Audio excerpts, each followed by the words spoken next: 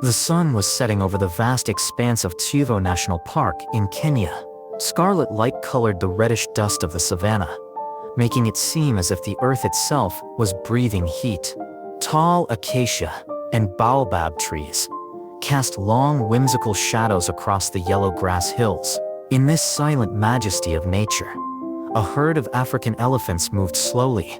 6 mighty animals, among which 2 in particular stood out: the old matriarch Malika and her adult son Jabari. Malika had been the herd leader for many years. Her wisdom and caution had saved the elephants many times.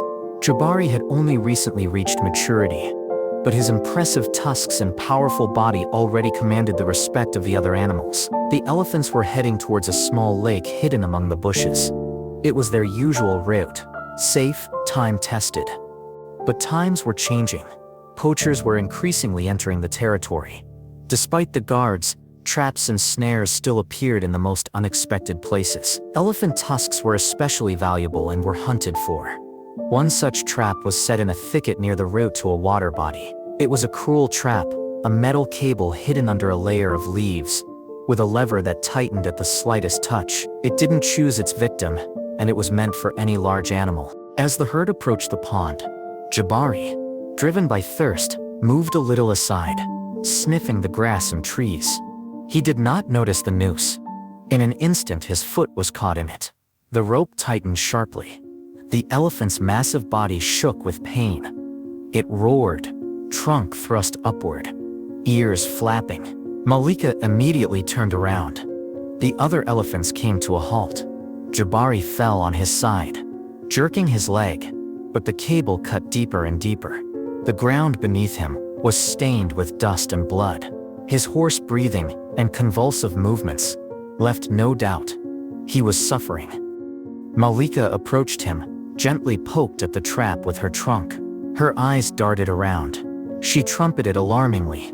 The other elephants began to circle, snorting anxiously. No one understood how to help. All they could do was stand by. The hour was succeeded by another. Dusk was slowly descending on the savanna. Jabari lay almost motionless, his strength exhausted. The wind moved the grass, bringing with it the smell of dry earth and danger. Meanwhile, somewhere at the other end of the reserve, Inspector Peter Mugani was finishing his evening patrol. He was an experienced ranger who had devoted 20 years to animal protection.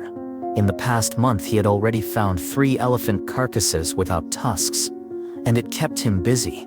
He made it a habit to personally drive by the most vulnerable areas every evening. When he heard a distant hoarse sound, something between a trumpet cry and a groan, he froze. It was a call of pain. He immediately turned off the route and steered the jeep toward the source of the sound. As he approached, he saw the silhouettes of the elephants and realized something was wrong. One of them was lying down, and the others were wary but not running away. This was strange. He turned off the engine and grabbed his flashlight, first aid kit, and emergency tools. Peter approached slowly. Malika moved forward. She raised her trunk and trumpeted loudly, as if warning. Peter froze.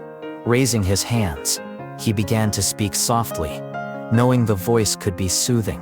Malika didn't attack, only watched.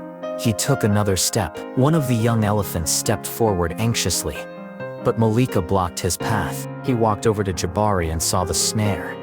The metal rope had cut into the flesh all the way to the bone. The elephant was on the verge of fainting. His eyes were half closed, but he raised his head slightly at the sight of the man. Peter did not use tranquilizers, too risky in such a situation. He began to work manually. The minutes seemed like an eternity. The tools struggled to handle the thick rope. The elephants around them were silent, only moving occasionally. Malika stood 2 meters away, keeping her eyes on Peter. "Be patient, baby," he whispered. "I'm with you."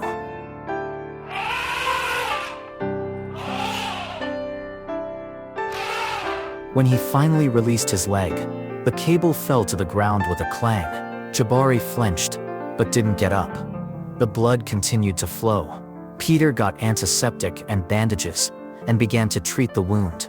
He worked quickly, carefully, his every move filled with care and respect. Finally, he was finished. The bandage held, and the elephant began to breathe more evenly. Peter stepped back. At that moment, Jabari raised his head and looked at him. A deep, heavy gaze, calm and warm. The human and animal worlds came into contact. Peter carried the snare to the jeep and stashed it in the trunk. He got behind the wheel, looked in the mirror, and the herd stood still.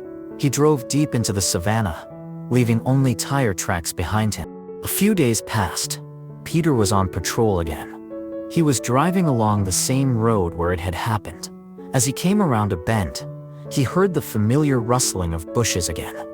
Jabari stepped out of the shadows. His leg was still bandaged, but he stood confidently. Behind him, Malika and the others. They did not approach. They just watched.